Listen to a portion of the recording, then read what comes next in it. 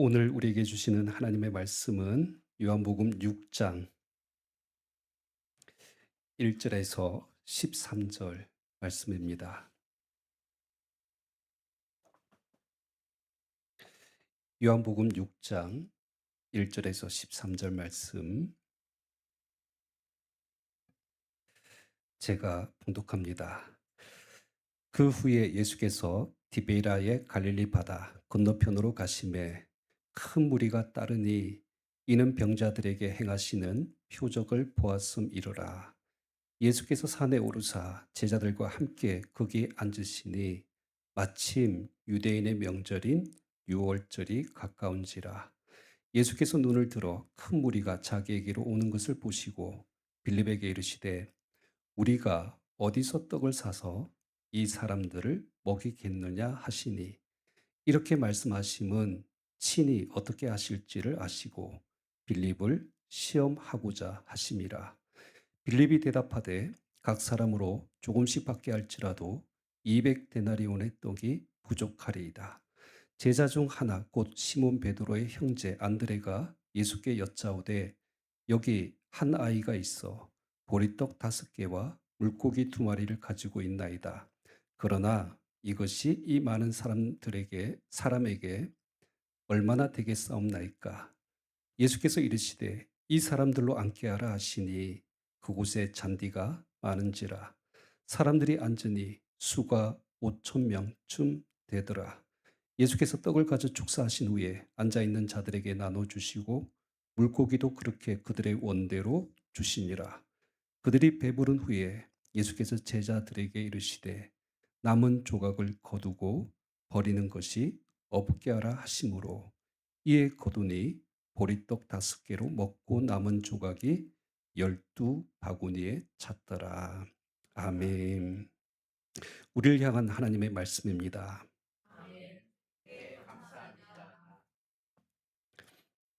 하나님 아버지, 말씀을 가까이 하고 또 그 말씀을 통해서 주님의 음성을 듣고 또 우리의 믿음의 한 걸음을 내딛기를 소망합니다. 말씀 한 조각 붙들고 믿음으로 살아내는 우리 세들의 손들 삶 속에 그 말씀을 통하여서 인도하심을 허락하여 주실 뿐만 아니라 그 말씀을 순종하는 자들에게 하나님께서 복 주실 줄 믿습니다. 우리 모든 세들의 성도들이 날마다 하나님께 가까이 나아가 말씀을 마음에 새길 뿐만 아니라 그 말씀을 믿음으로 순종으로 살아내는 우리 세들의 성도들 되게 하여 주시옵소서. 예수 그리스도의 이름으로 기도합나이다. 아멘. 오늘은 예수님께서 행하신 그 7가지 표적 중에 이제 네 번째 표적, 오병이의 사건에 대해서 오늘 본문이 우리에게 말씀하고 있습니다. 이미 너무나 잘 아는 말씀이죠. 물고기 2마리와 보리떡 5개로 몇 명? 5,000명을 먹이신 사건. 그러니까 남자만 5,000명이니까 여자와 어린아이까지 포함하면 훨씬 많은 숫자입니다. 이 그 오병이의 사건은 마태, 마가, 누가 공간복음에도 다 기록되어져 있고 또 오늘 본문 요한복음 6장 까지 해서 모든 사복음서에 기록된 사건. 어, 그러니까 수도 없이 이 말씀 아마 들었을 것 같습니다. 그리고 이 말씀을 통해서 여러 가지 어떤 의미인지는 그러니까 여러분께서 이미 알고 있는 부분들도 있습니다. 하지만 여러분, 음, 우리가 철저하게 요한복음의 관점에서 오늘 이 말씀을 좀 다시 보려고 합니다. 여러분, 계속해서 재차 제가 말씀을 드렸지만 요한복음을 기록한 목적이 있었죠. 무엇입니까? 오직 이 말씀을 기록함은 너희로 예수께서 하나님의 아들 그리스도이심을 믿게 하려 함이요. 또 너희로 믿고 그 이름을 힘입어 생명을 얻게 하려 함이니라. 그러니까 요한복음의 기록의 목적은 믿게 하기 위해서입니다. 그러니까 기적 자체, 이 사건 자체를 기록하는 것이 목적이 다가 아닙니다. 아 그 사건과 기적의 본질이 뭔가, 그것을 통해서 예수 그리스도가 누구이신가를 드러내고 그 예수님을 믿게 하기 위해서 기록한 말씀이 요한복음입니다. 그러니까 이런 목적성에 맞게 오늘 이 오병이의 사건도 우리가 이 본문을 들여다보면서 예수님이 어떤 분이신가, 오늘 본문에서 무엇을 말씀하고자 하는가, 그러니까 이 관점을 가지고 오늘 본문을 우리가 보겠습니다. 자, 이제 본문 보시면 어, 그러니까 오병이어 사건 일어나기 전에 성경은 우리에게 몇 가지 전제되는 정보를 주고 있습니다. 여러분, 말씀이 이렇게 시작하죠. 1절과 2절 말씀 봐주세요. 1절과 2절 우리 같이 읽겠습니다. 시작. 그 위에 예수께서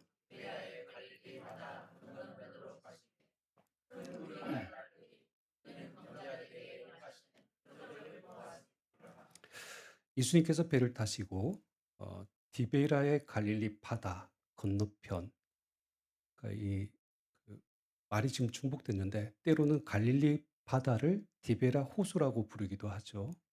같은 개념입니다. 갈릴리 서쪽에 보면 티베리우스 로마 황제의 이름을 딴 이 디베라라는 도시가 있기 때문에 그렇게 이제 불리는 이름이 지금 다를 수 있습니다. 자, 아무튼 예수님께서 바다 건너편으로 가셨는데 여기가 어디냐면 누가복음의 기록에 의하면 정확하게 벳세다라고 나옵니다. 이 벳세다가 어디냐면 지도 굳이 좀 설명드리긴 그렇고 좀 베드로와 안드레와 빌립의 고향이에요. 예수님께서 제자로 부르셨던 곳이 바로 이곳입니다. 그리고 오늘 오병이어의 그 기적이 일어나는 곳이 바로 이 현장인 것이죠. 근데 지금 요한복음을 자세히 보시면 뭐, 뭐 장소가 어디인지 아주 자세하게 정확하게 에, 그렇게 중요하게 다루지 않습니다. 그렇다면 무엇에 더 초점을 맞추고 있느냐? 2절 말씀이에요. 큰 무리가 따르니 이는 병자들에게 행하시는 표적을 보았습니다. 여러분, 그러니까 예수님을 따른 지금 어떤 무리요? 큰 무리가 있었어요. 근데 이들이 왜 예수님을 따랐다고 말씀하고 있습니까? 병자들에게 행하시는 표적을 보았기 때문에. 그러니까 성경은 이 사람들을 지금 뭐라고 표현하냐면 예수님을 따르고 있지만은 제자라고 부르지 않고 뭐라고 표현합니까? 무리라고 지금 표현하고 있다는 것이죠. 그러니까 이들이 예수님을 따르는 이유는 예수님이 메시아이심을, 그리스도이심을 믿기 때문도 아니고 또 예수님의 가르침과 진리의 가르침을 듣기 위한 것도 아니고 오직 표적, 눈앞에서 일어나는 기적, 그러니까 이런 것을 보기 위해서 예수님을 따랐다라고 기록하고 있습니다. 그러니까 여러분, 어, 표적만 보고 따르는 사람들은 어떤 사람들인가? 믿음이 있는가? 성경이 이제 이것을 우리에게 던져주는 전제입니다. 기적만 보고 예수님을 따르는 사람들과 그리고 정말 예수님을 믿고 따르는 사람들과의 차이가 분명히 있다는 거예요. 그러니까 조금 쉽게 설명을 드릴게요. 여러분, 누가복음 17장에 보면 예수님께서 사마리아 땅을 지나실 때 나병 환자 10명을 고쳐주시잖아요. 근데 그 중에 9명의 고침을 받았지만 그들은 갑자기 다 사라지고 맙니다.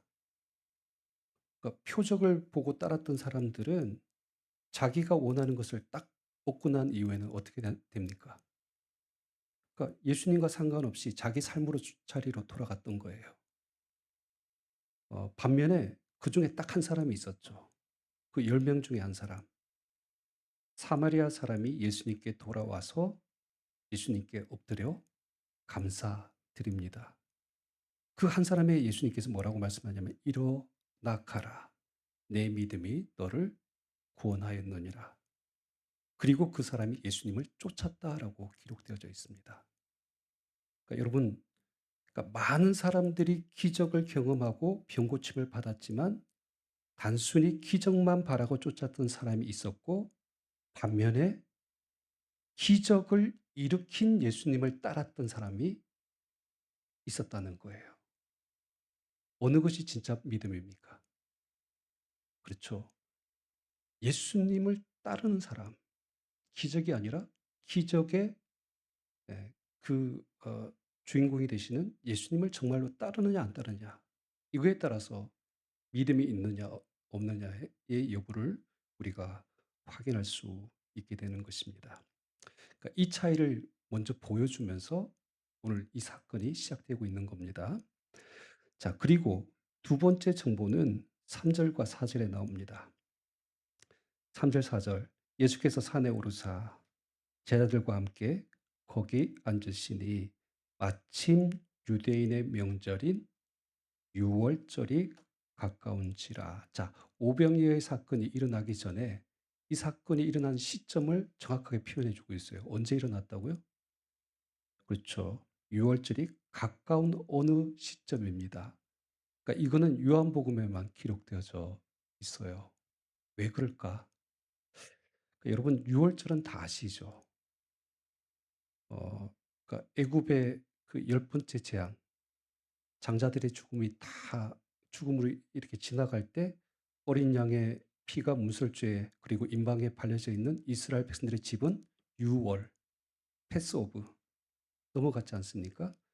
그 사건을 경험한 이후에 이스라엘 백성들이 출애굽을 하게 됩니다.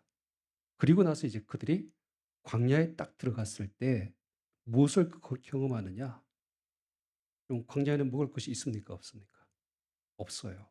그럴 때 하나님께서 그 백성들을 위해서 하늘에 만나와 메추라기를 내려주시는 것이죠. 그러니까 그런 의미에서 오늘 오병이어의 이 사건, 그러니까 5천 명을 먹이신 사건과 구약에서 그 광야에서 이스라엘 백성들을 먹이셨던 만나의 사건은 의도적으로 연결되는 사건으로 이 본문이 보고 있다는 거예요. 그러니까 사도 요한은 이제 뒤에 우리가 다 읽지는 않았지만 생명의 떡, 이 누구라고 이야기하고 있습니까? 그렇죠. 예수 그리스도라고 이제 요한복음 6장 뒤쪽으로 가면 그 이야기가 나옵니다. 다시 말해서 그러니까 요한복음은 빈들에서 이 오병이의 기적을 통해 이스라엘 백성을 먹이셨던 예수님이 바로 누구시다. 구약의 광야에서 만나로 이스라엘 백성을 먹이신 하나님의 아들이시다. 그러니까 이걸 드러내기 위한 전제를 가지고 오늘 말씀을 시작하고 있다라고 볼 수가 있습니다. 자, 그래서 이제 오늘 이 기본적인 배경을 가지고 여러분 5절부터 말씀을 이제 보세요. 본격적인 오병이어의 기적의 사건을 기록하고 있는데 요한복음에만 기록되어져 있는, 다른 복음서에는 없는, 다르게 기록되어져 있는 아주 독특한 내용들이 기록되어져 있습니다. 자, 5절, 6절 말씀 우리 같이 읽겠습니다. 시작.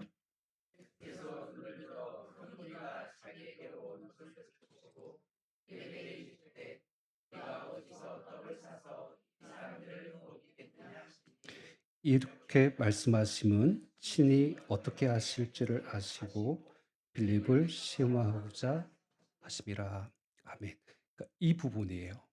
이 부분은 마태, 마가, 누가복음에는 없습니다.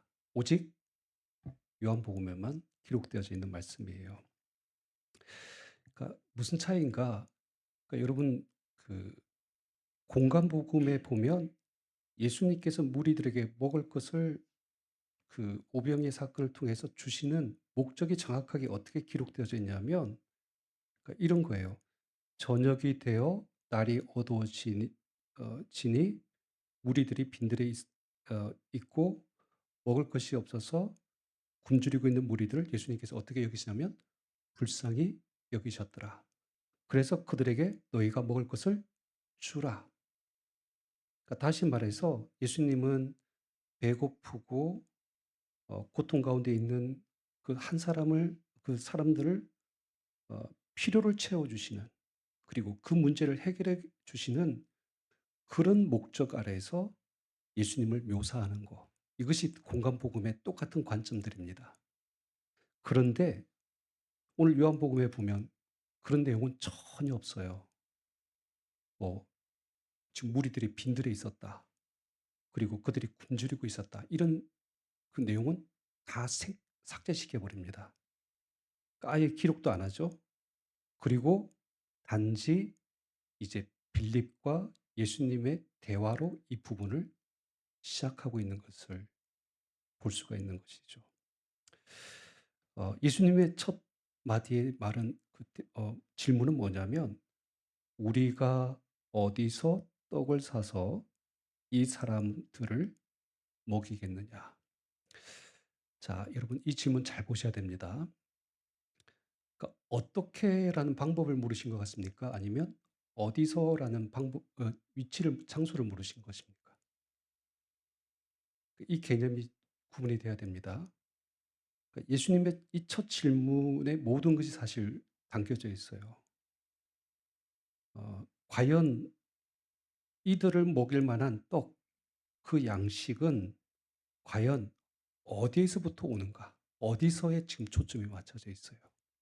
이걸 좀 더 의역을 하면 그들에게 떡을 주시는 분이 누구로부터 오는 것인가? 이것에 요한복음의 강조점이 있다는 겁니다. 그러니까 예수님의 말씀 속에는 이 의미가 담겨져 있는 것이죠.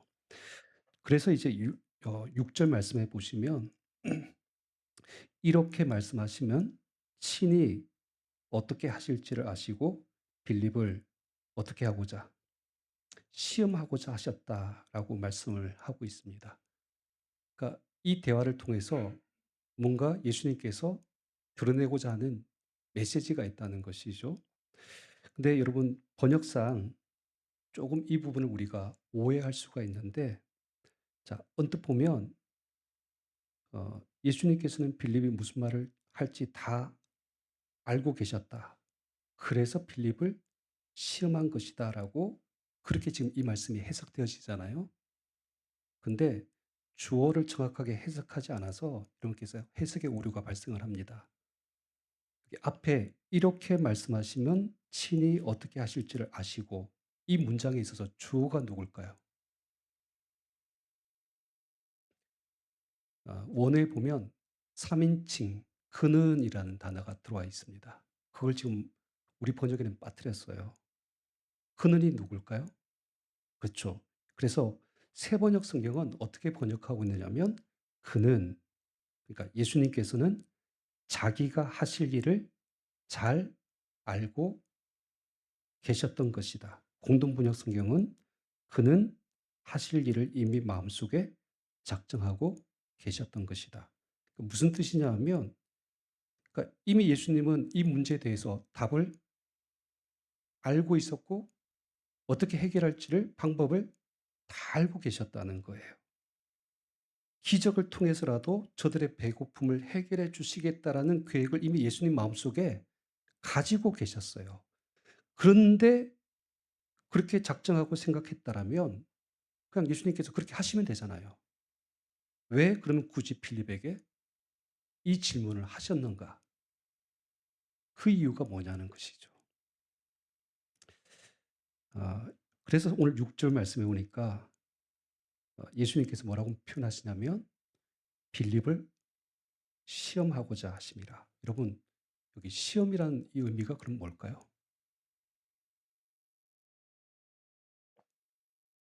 테스트 같나요? 뭐 시험이라는 단어는 또 다른 부정적인 의미가 있죠. 유혹이란 개념도 있을 수 있으니까. 그런 의미일까요? 그냥 간단하게 말씀을 드리면 지금 예수님께서 빌립을 시험한다. 이 뜻은 뭐냐면 빌립을 통해서 무언가를 깨닫게 하시고 알게 하셔서 믿게 하기 위하여서 시험하셨다는 겁니다. 여러분 예를 들어서 하나님께서 욥을 시험하셨잖아요. 그래서 고난 속에 욥의 인생을 던져 버리셨습니다.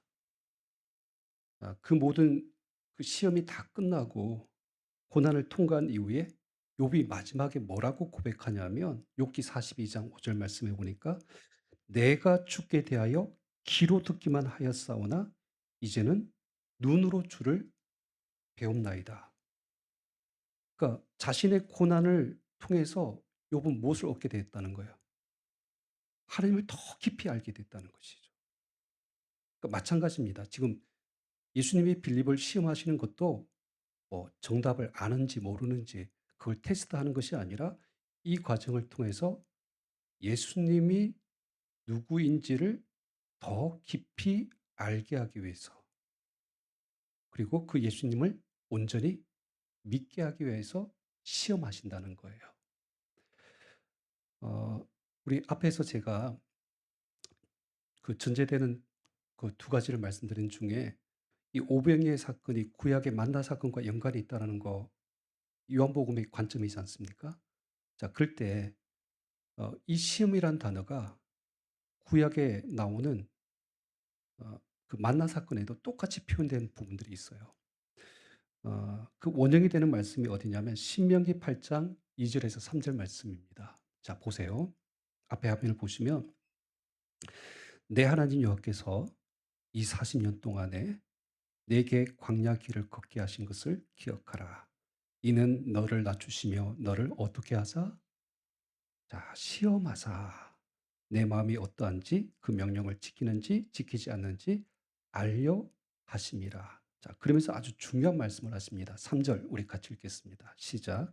"너를 낮추시며 너를 줄이게 하시며 또 너도 알지 못하며 내 조상들도 알지 못하던."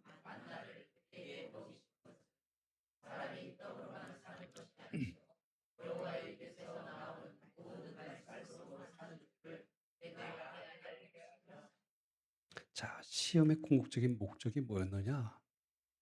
"사람이 떡으로만 사는 것이 아니요 여호와의 입으로 나오는 모든 말씀으로 사는 줄을 어떻게 하려 하심이라?" 그쵸. "내가 알게 하려 하심이라." 이 과정을 밟기 위해서 40년 광야 그 동안에 하나님께서 매일같이 만나를 먹이셨다는 거예요. 아, 이것도 좀 쉽게 더 표현하는 것이 더 맞을 것 같습니다. 여러분, 광야 생활 가운데 매일같이 하나님께서 만나를 내려 주셨어요. 무려 몇 년입니까? 40 년. 자, 하루도 그러지 않고 하나님께서 일용할 양식을 주셨는데 성경에 보면 그 만나는 안식일 전날에 이틀치를 주시잖아요. 안식일에는 만나가 주시지 않죠. 내리지 않아요. 근데 여러분 혹시 안식일 날 그 출애굽한 이스라엘 백성들이 혹시 만나가 내렸을까? 있는지 없는지 확인하러 간 사람이 있었을까요? 없었을까요? 있었다고 성경이 기록하고 있어요. 그때나 지금이나 마찬가지입니다. 인간은 참 하나님 말씀을 못 믿어요. 그래서 자기 눈으로만 계속 확인받고 싶어 하죠. 오늘 내가 무엇을 먹을까, 입을까, 마실까만 생각하지 하나님께 주신 약속의 말씀을 믿지 않아요. 그러니까 결국 하나님은 이 만나 사건을 통해서 무엇을 시험하신 거냐면 그 40 년마다 매일같이 이 만나라는 기적을 그 통해서, 그러니까 이스라엘 백성들에게 그냥 먹을거리를 제공해 주시는 이 목적이 아니라 뭘 확인시키는 겁니까? 사람이 떡으로만 사는 것이 아니라 여호와의 입에서 나오는 말씀으로 사는 법을 뼛속 깊이 깨닫게 하고 알게 하여서 결국 누구를 바라보게 하는 거예요. 하나님을 바라보고 하나님을 신뢰하고 하나님을 믿게 하기 위하여서 이런 시험을 하셨다는 것이죠. 그러니까 마찬가지입니다. 여러분 오늘 요한복음 6 장에 예수님의 시험도 이런 성격이에요. 그러니까 지금 빌립을 시험하신다는 것은 뭐냐면 비록 빌립이 예수님을 따르는 이너서클이잖아요. 12 제자 안에 들어와 있는 사람이에요. 하지만 그도 똑같아요. 지금 2 절에 표현되어져 있는 말씀처럼 예수님의 기적만 바라고 쫓아다니는 무리들과 크게 다르지 않습니다. 영적으로 무지하고 예수님이 어떤 분인지 제대로 알지 못하고 그분을 온전히 믿지 못하고 있기 때문에 이 사건을 통해서 예수님이 누구인가를 더 알게 하고 깨닫게 해서 예수님을 더 믿게 하기 위해서 지금 이 오병이의 사건을 일으키고 있다. 요한복음의 관점입니다. 근데 여러분, 그러니까 이 부분이 굉장히 우리 인생의 중요한 부분입니다. 가끔 저와 여러분들의 인생 가운데서도 예수님께서 저와 여러분들을 이런 시험에 던질 때가 있을까요? 없을까요? 있어요. 때로는 먹고 사는 문제 때문에 육신의 질병과 공고함의 문제 때문에 또 이 사건의 현장처럼 우리 인생을 아무것도 없는 광야에 그렇게 던지셔서 시험하실 때가 있습니다. 그래서 여러분 우리가 인생의 밑바닥을 막 경험하고 고난의 시험을 통과해야만 될 때가 있어요. 그때 여러분 어떻습니까? 정말 우리 입장에서는 너무 괴롭잖아요. 힘듭니다.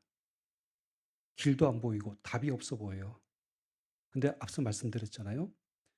어 6절 말씀처럼 친히 어떻게 하실지를 예수님께서는 다 아셨어요. 계획도 가지고 있었고 이미 이걸 통해서 어떻게 해결할지를 답도 알고 있었습니다. 근데 예수님께서는 어 그럼에도 불구하고 우리를 그 시험에 던지시는 이유가 뭘까요? 이제 그 인생의 고난을 통과하면서 누구를 바라보게 합니까? 그렇죠. 예수님을 바라보게 하고 예수님이 누구인가를 우리가 다시 한번 더 깊이 깨달아서 경험함으로 예수님을 향한 온전한 믿음에 이르게 하기 위한 그 시험을 우리에게도 똑같이 주신다는 것이죠. 이제 이 관점을 가지고 오늘 이제 본문 말씀을 이제 계속 보시면 예수님의 질문에 이제 대답하는 두 제자가 있습니다. 이 두 제자는 사실은 그냥 두 사람만을 나타내는 것이 아니라 모든 제자들, 예수님을 따르는 사람들의 대표가 되는 사람이라고 보시면 될 것 같아요. 자, 두 사람은 누구냐? 한 사람은 질문을 받은 당사자, 빌립이고 또 한 사람은요, 안드레이죠. 아까도 소개를 드렸지만 여러분 왜 하필이면 빌립과 안드레일까? 그러니까 장소가 그렇기 때문에 그래요. 아까 이 디베라 갈릴리 바다 건너편 이 장소가 어디라고 그랬어요? 베세다는 빌립 베드로와 안드레와 빌립의 고향이에요. 그러니까 누구보다도 그 지역의 지리와 형편에 대해서 가장 잘 알고 있으니까 예수님께서는 이제 콕 집어서 이제 이 질문에 대한 대화를 이끌어 가시는 것이죠. 자, 우리가 어디서 떡을 사서 이 사람을 먹이느냐? 자, 이 질문에 대해서 빌립의 대답이 7 절에 나옵니다. 우리 7절 말씀 같이 읽습니다. 시작. 빌립이 대답하되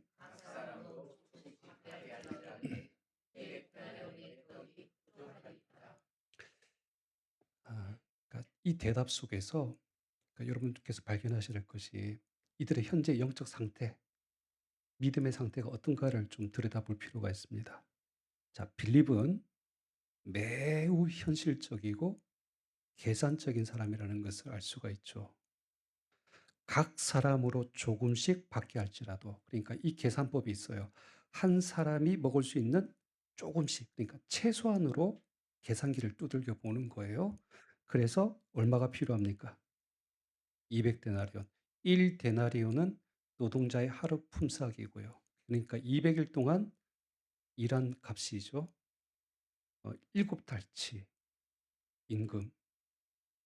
그러니까 빌립의 이 대답의 결론은 그 200 데나리온으로도 어떻다고요? 부족하다. 자, 여러분 당장 그 많은 떡을 어디서 구하느냐 이게 지금 문제가 아니라 빌립의 생각은 어디에 있냐, 초점이 어디 있냐면 어디서가 문제가 아니라 뭐가 문제입니까? 얼마나가 문제인 거예요. 그러니까 지금 이 상황을 해결할 수 있는 방법을 위해서는 최소한의 얼마의 돈이 필요한데 그것이 부족하다. 이것이 이제 그가 내린 결론이죠. 좀 더 정확한 결론의 의미는 뭐냐면 오늘 빌립이 대답은 굳이 표현하지는 않았지만 없습니다. 부족합니다. 그래서 일은 안 됩니다. 불가능합니다. 이 무리들에게 떡을 사서 먹이는 것은 지금은 할 수 없습니다. 이것이 이제 빌립이 내린 결론이고 대답이죠. 자, 그다음에 안드레는 그럼 어떻습니까? 조금 나아 보입니까? 9절 말씀 같이 읽습니다. 시작. 여기 한 아이가 있어 보리떡 5개와 그러나 그것이 이 많은 사람에게 얼마나 싸움나이까. 그러니까 그나마 안드레는 빌립보다 좀 더 예수님의 질문에 더 나은 대답을 하려고 노력한 표는 보이죠. 그러니까 빌립은 200데나리온이 지금 이 상황 속에서 답이라고 제시했을 때 안드레는 뭘 가지고 왔어요? 보리떡 5개와 물고기 2마리를 예수님께 지금 들이밀고 있으니까 좀 더 나아 보이는가 싶은데 여러분 크게 다르지 않습니다. 여기 표현 보면 그러나 그것이 많은 사람에게 어떻게 얼마나 자 안드레의 계산법도 뭐예요? 얼마나 계산법이에요. 그러니까 이 계산법에 따르면 문제의 답이 없다는 겁니다. 조금 이거를 그러니까 좀 심하게 해석하시는 목사님들도 있어요. 뭐 빌립보다 안드레가 더 낫다라고 하는데 여러분 표현을 좀 써볼게요. 1,000,000원만 빌려달라고 했는데 그냥 "나 돈 없어." 이렇게 말한 사람하고 아 "야 내 주머니 뒤져 봐봐." 이렇게 막 뒤져 가지고 100 원짜리 딱 꺼내면서 "야 나 100 원밖에 없어." 어떤 사람이 더 나빠 보입니까? 사실은 똑같은 표현이지만 그러니까 아예 완전히 거절하기 "이건 불가능하다. 이것밖에 없다." 없다는 사실을 그냥 눈으로 증명하기 위해서 더 냉정하게 대답한 사람은 사실은 안드레일 수 있어요. 하지만 뭐 어 도찐개찐이죠. 똑같은 사람입니다. 근데 여러분 이제 여기서 우리가 좀 중요하게 이제 넘어가야 될 것이 뭐냐면 그러니까 이 내용에서 요한복음만의 독특한 기록의 내용 그러니까 이런 내용을 왜 기록한 목적이 뭘까요? 이런 대화의 내용들을. 일단은 예수님을 가까이 따르는 제자도 가장 오랫동안 그 옆에서 예수님께서 수많은 표적들을 행했던 그 모습을 지켜봤던 제자들도 인생의 계산법이 뭐예요? 그쵸. 자기 앞에 있는 예수님은 계산법 속에 들어있지 않아요. 그러니까 문제와 상황을 그러니까 사람의 어떤 방법과 생각을 가지고 어 판단하고 있다는 것이죠. 그러니까 가끔 제가 그 예화는 정말 많이 들었던 것 같아요. 여러분 감기 걸린 사람이 있고 여기 암 걸린 사람이 있어요. 그러니까 여러분 보시기에는 어떤 사람이 예수님께서 병 낫게 하시기 더 쉬울 것 같습니까? 그렇죠. 이게 사람의 생각입니다. 제자들도 마찬가지예요. 어제까지 막 옆에서 병을 고치는 사건들이 일어났어요. 병은 고쳤는데 오늘 지금 여기 들판에 앉아 있는 5천 명 먹을 것을 해결하는 예수님으로는 생각하지 않는 거예요. 여기는 되고 여기는 안 되는. 이걸 다르게 표현하면 예수님을 온전히 믿는 믿음이 아니라는 것이죠. 그러니까 부분적으로 믿는 거예요.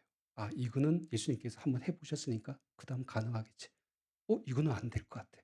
똑같은 계산법을 가지고 판단하고 있다는 것이죠.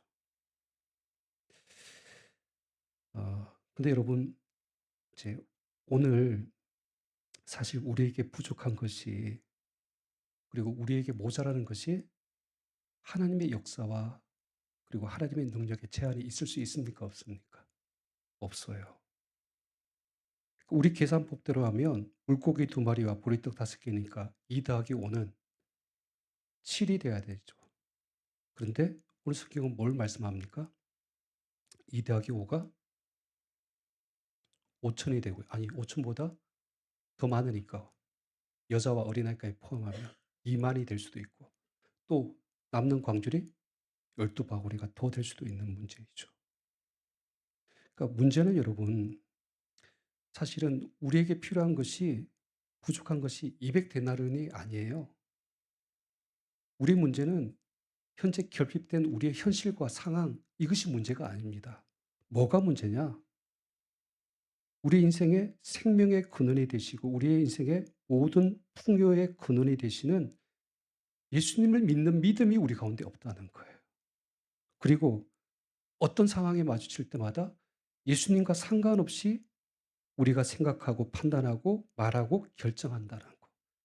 예수님을 우리 삶 속에 인정하지 않는다는 거. 이것이 오늘 우리 믿음의 실체이고 제자들의 실체인 것이죠.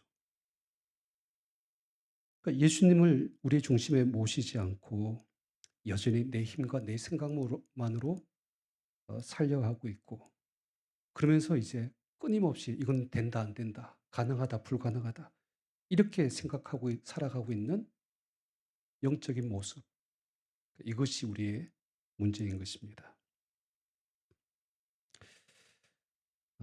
다시 한 번 더 여러분 오늘 말씀의 가장 중요한 부분이 뭔가 이 모든 것이 어디서 누구로부터 주어지는 것인가 그러면서 예수님을 가리키는 것이죠. 그러니까 엉뚱한 데서 답을 찾아서는 안 된다는 겁니다. 그래서 여러분 오늘 말씀을 좀 보시면 이제 좀 정리합니다. 요한복음과 다른 복음서의 차이가 많이 있지만 어 확연하게 마지막에 어떤 차이를 내는가를 여러분께서 오늘 본문 말씀을 통해서 보실 필요가 있어요. 자, 여러분 먼저 마태복음과 마가복음의 말씀을 좀 비교해서 보실 필요가 있습니다. 마태복음 14장 19절 말씀에 보면 이렇게 되어 있어요. 무리를 명하여 잔디 위에 앉히시고 떡 5개와 물고기 2마리를 가지사 하늘을 우러러 축사하시고 떡을 떼어 누구에게 제자들에게 주심에 제자들이 무리에게 그렇게 나눠 줬다라고 표현되어져 있고요. 마가복음도 동일하게 제자들에게 주어 사람들에게 나눠 주게 하였다라고 그렇게 기록되어져 있어요. 그런데 요한복음 오늘 6장 11절 말씀 봐 주세요. 같이 읽습니다. 시작. 예수께서 떡을 까져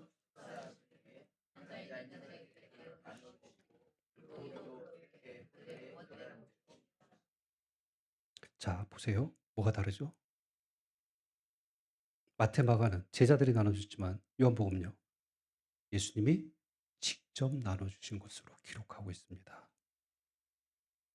그러니까 이 떡이 누구로부터 말미암았고 어디에서 주어진 것인지 정확하게 누구를 가리키게 만들어요? 예수님을 가리키게 하죠. 예수님이 참된 생명의 양식임을 우리에게 보여주기 위함인 것이죠.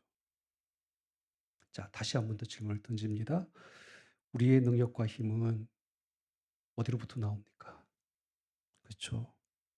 그러니까 저와 지금 여러분들의 인생의 문제들 앞에서 이 문제를 해결하기 위해서 필요하다고 생각하는 것들이 있을 거예요.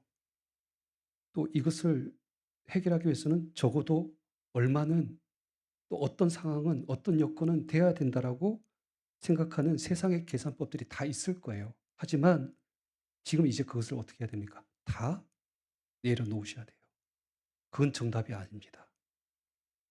우리 그리스도인들의 정답은 뭐냐면 오직 우리 인생의 광야에서 우리를 먹이시고 입히시고 채우시고 인도하시고 때를 따라 도우시는 예수님께 우리의 삶의 답이 있음을 믿으시길 바랍니다.